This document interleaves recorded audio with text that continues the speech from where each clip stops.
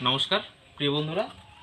এই আমার পাশে যেগুলো দেখতে পাচ্ছেন এগুলো আপনারা সবাই জানেন মাটির পাত্র।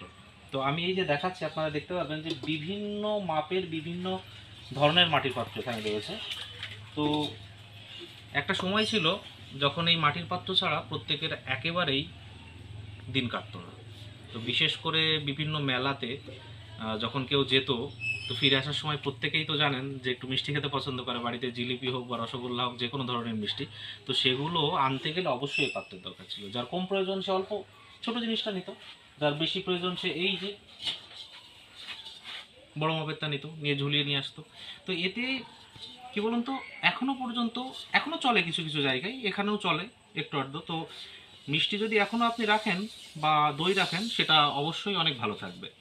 তো বর্তমানে প্লাস্টিকের এত ব্যবহারের ফলে এই মাটির জিনিসের চাহিদা অনেকটাই কমে গেছে। তো যাই হোক, এখনও আমাদের এই ধারা এখনও অব্যাহত রয়েছে, জানি না আর কতদিন থাকবে।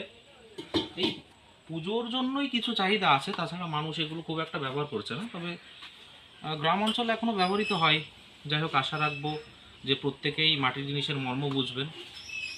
যাই হোক, ভালো থাকবেন। আরেকদিন কথা হবে আপনাদের সাথে এই নিয়ে।